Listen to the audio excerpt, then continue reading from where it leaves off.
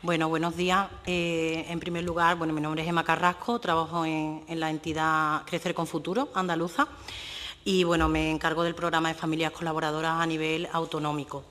Daros las gracias por el espacio y deciros que hablo en nombre de los más de 2.000 niños y niñas que viven en centros de protección de menores en Andalucía. Todavía más de 2.000 niños y niñas viven en centros de protección de menores en Andalucía. Creo que empezando por aquí ya tenemos que inquietarnos un poco y que la silla nos empiece a mover un poquito, porque hay un gran reto que tenemos entre manos todos y todas y para eso estamos aquí, un poco para poneros por delante la realidad y que en la medida de vuestras posibilidades pues podamos mejorar un poco la vida de estos menores. No sé si os imagináis en algún momento qué significa vivir en un centro de protección. No sé si nos podremos imaginar cuando éramos niñas, que la mayoría somos chicas, que hubiéramos crecido en un contexto institucional, que hubiéramos crecido en un centro de protección y que nuestros principales referentes, que son las personas que nos cuidan, tuvieran turnos de 8 horas. Que fuéramos al cole y que supiéramos que nuestros compañeros y compañeras, pues cuando hay una tutoría son sus padres los que van, cuando se ponen malitos son sus padres los que los llevan al médico y en su caso pues no es así. Es bastante dura esta realidad, no significa que no se haga un gran trabajo en los centros de protección de menores porque efectivamente sí se hace, son gente con mucha vocación, gente con un trabajo muy respetuoso y gente que de verdad está muy implicada incluso a nivel emocional con estos niños y niñas. Sin embargo, la propia estructura que es una institución, un centro de protección de menores, no puede proporcionar lo que una familia sí puede y en eso creo que no hay ninguna discusión. Con respecto a qué hacemos desde Crecer con Futuro y qué venimos un poco a poneros sobre la mesa para que se mejore un poquito en este sentido, pues llevamos a cabo un programa de colaboración social que es el programa de familias colaboradoras.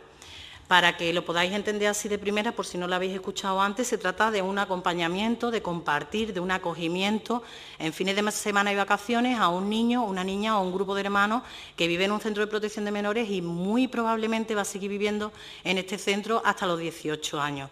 Entonces, en muchos casos se convierte en la única oportunidad de compartir en un contexto familiar estructurado y reparador para estos niños y estas niñas que vienen de familias que no han podido proporcionarles estos entornos, porque vienen de desestructuración familiar generación tras generación y no dejan de ser también estas propias familias víctimas del propio sistema en sí, ¿no?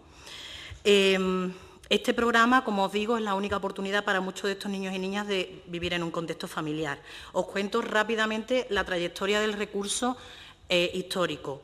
El programa aparece por primera vez en el Reglamento de Acogimiento Residencial en el año 98.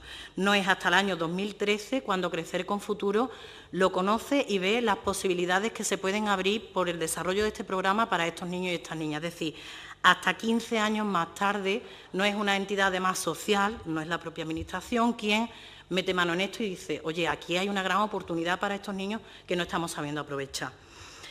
Además de esto, la Administración hasta el año 17, es decir, 4 años más tarde, no hace una inversión económica del recurso, con lo cual estamos hablando de muchos años. ¿Cuánto es 4 años para un niño? Por eso estoy haciendo un poco este recorrido, ¿vale? Y en el año 91 es cuando por fin, en la nueva Ley de Infancia y Adolescencia, que se aprueba en julio del año 21, es cuando por una enmienda que se presenta, finalmente se aprueba que la formación para las familias colaboradoras sea obligatoria. Es un gran paso. Es verdad que se están dando grandes pasos, pero es verdad que se están dando todavía de manera muy lenta. Y para los niños y niñas el tiempo es fundamental. Sobre la situación actual del programa, bueno, la Administración, en realidad, Dirección General actual, sí está haciendo una apuesta por este recurso. Así nos lo manifiesta y así estamos convencidas que es.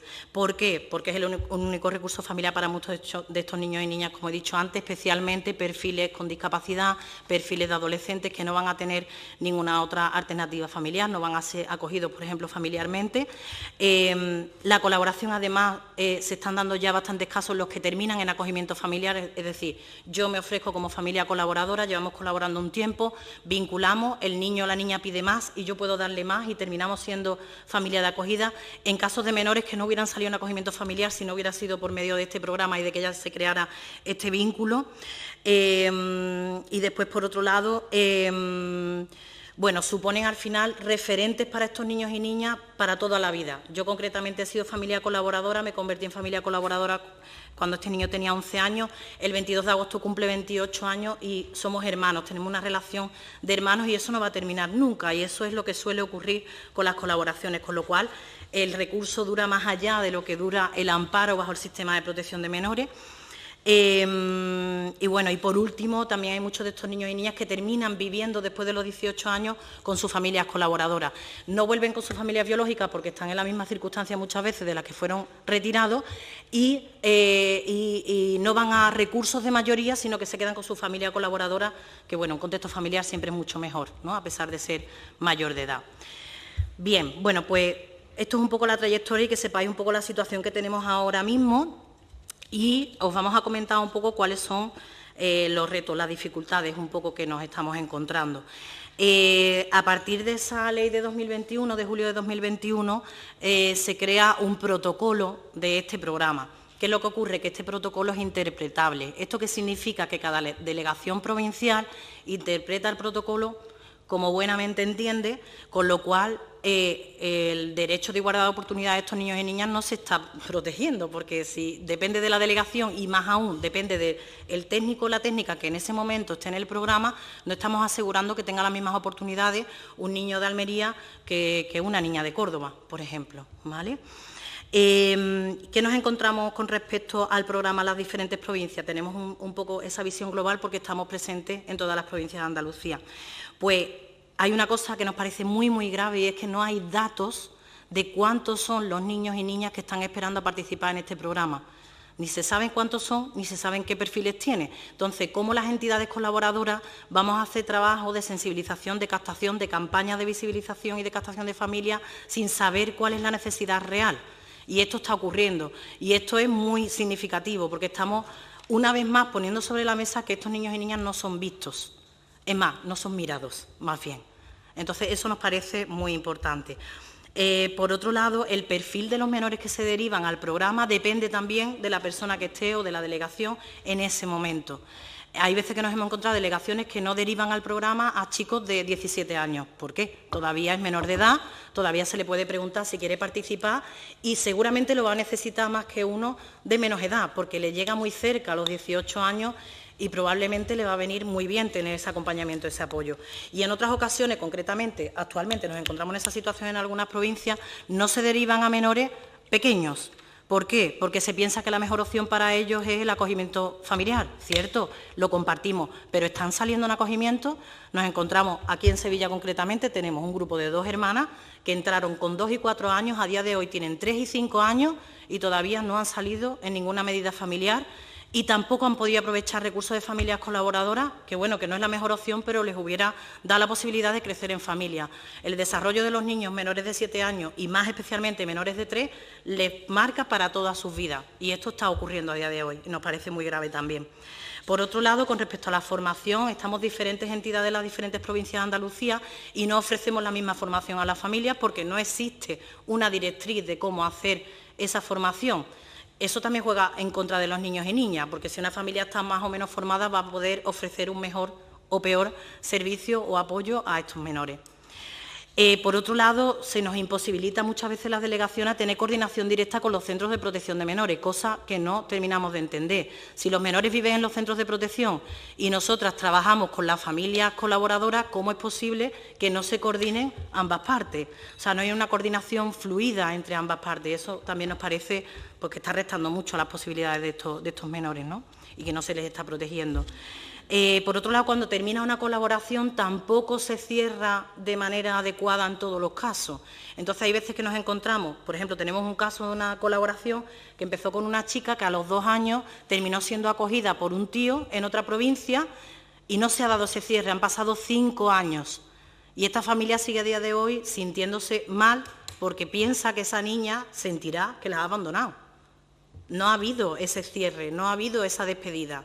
Eso no lo podemos consentir. O sea, estamos, no sé cómo decirlo, pero estamos cometiendo un montón de cosas muy graves con estos menores que se supone que están bajo un sistema de protección de menores. Y por último, con respecto al acompañamiento de las familias, Pues igualmente, ¿no? Os cuento que desde el año 2019, hace ya 5 años, la Universidad de Sevilla, la Facultad de Psicología, está haciendo investigaciones y estudios sobre el impacto de las colaboraciones, en colaboración con nosotras, con Crecer con Futuro y con la propia consejería. Ya en su momento, gracias también a esto, pues se hizo obligatoria la formación, como os decía antes, y se ha demostrado cómo de crucial son los acompañamientos a la familia. ¿Qué sentido tiene? Que sensibilicemos, que le toquemos el corazoncito a la población en general para que conozca esta realidad y diga, venga, yo quiero ofrecerme como familia colaboradora, y después no nos aseguremos este acompañamiento. Los centros de protección de menores no todos tienen la posibilidad de hacer un acompañamiento real y todo el que necesita la familia.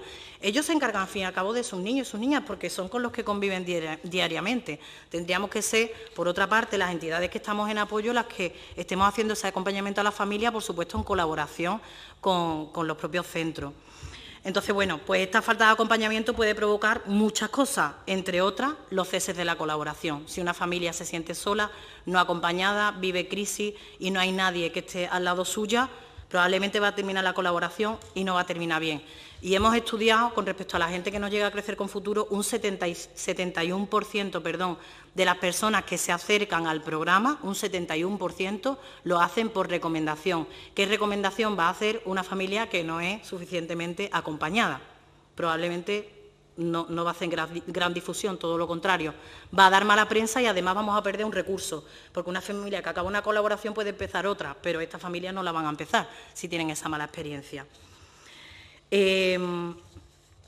Bueno, y por último, pues os planteamos, no sé cómo voy de tiempo, ya me he pasado, 2 peticiones, ¿vale? 2 peticiones fundamentales. Una es el desarrollo reglamentario de este recurso, que se supone que se tenía 18 meses para elaborarlo y ya vamos a cumplir 3 años, la semana esta o que viene, y todavía no se ha desarrollado, y con ese desarrollo reglamentario se van a solucionar todas las cosas que os he comentado antes.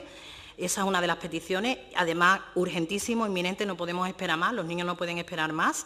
Y por otro lado, a nivel presupuestario y a nivel de estabilidad del programa, cada año se reduce la partida presupuestaria por parte de la consejería, de la propia consejería, con respecto al programa, y hay una gestión poco realista de los recursos. Nos hemos encontrado con estar 4 entidades juntas en la provincia de Granada, por ejemplo, y en la provincia de Almería ninguna, hace poquitos años, y eso no tiene ningún sentido. O sea, esos recursos pues tienen que ser distribuidos de una manera mucho más realista, mucho más coherente.